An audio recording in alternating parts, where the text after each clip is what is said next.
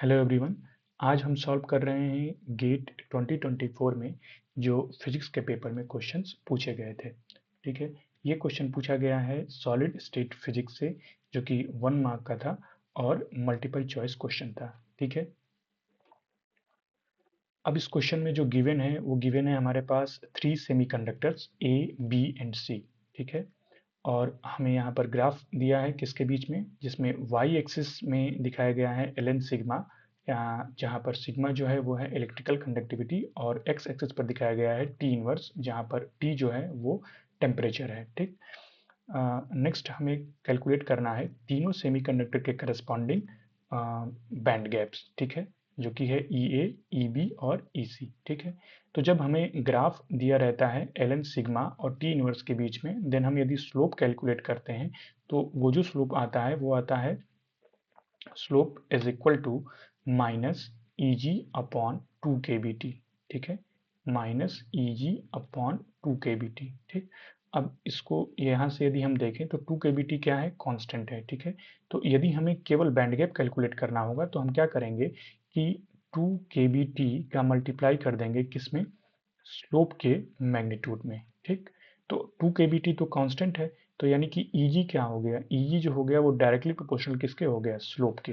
ठीक है, तो यदि यहाँ पर हम इन तीनों सेमीकंडक्टर्स के करस्पॉन्डिंग स्लोप्स को कैलकुलेट कर लें, और या हम ये कहें कि तीनों सेमीकंडक्टर के करस्पॉन्डिंग स्लोप्स में वेरिएशन हम यदि नोटिस कर लें, तो हम इन चारों ऑप्शन में से किसी एक ऑप्शन को सेलेक्ट कर सकते हैं for correct expression of band gap, correct expression of band gaps between these given three semiconductors A, B and C। ठीक है, तो सबसे पहले समझते हैं स्लोप के बारे में। ठीक है, तो यदि हमारे पास ये कोई ग्राफ है जो कि y एक्सिस है यहाँ पर और x एक्सिस है। ठीक, तो स्लोप का मतलब होता क्या है, स्लोप का मतलब हो गया यहाँ पर यदि हमारे पास कोई ये लाइन है, ठीक है, तो इसका यदि हम स्लोप निकालते हैं तो हम क्या करते हैं, हम लिखते हैं y2 minus y one divided by x2 minus x1। ठीक है, मतलब कि कोई लाइन x1 y1 से लेकर के कहाँ तक जा रही है, x2 y2 तक। ठीक है, तो हम इसका स्लोप निकालते हैं तो क्या आता है हमारे पास, y2 minus y one divided by x2 minus x1। ठीक है, अब इस स्लोप को मैक्सिमम होने के लिए क्या चाहिए, इस स्लोप को मैक्सिमम होने के लिए चाहिए कि y2 माइनस वाई वन क्या होना चाहिए, मैक्सिमम होना चाहिए, और साथ ही साथ भी क्या होना चाहिए, x2 माइनस x1 क्या होना चाहिए, मिनिमम होना चाहिए।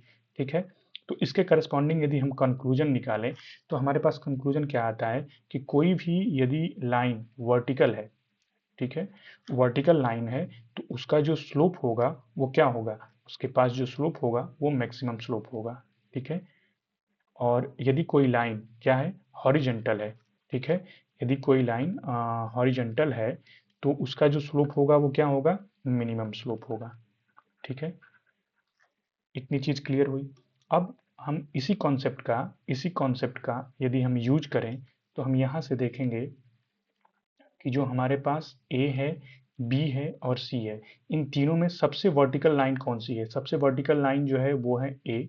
ठीक है, देन उसके बाद हमारे पास जो इससे कम वर्टिकल है वो कौन सी है, सी, और जो सबसे मिनिमम वर्टिकल लाइन है वो क्या है, बी।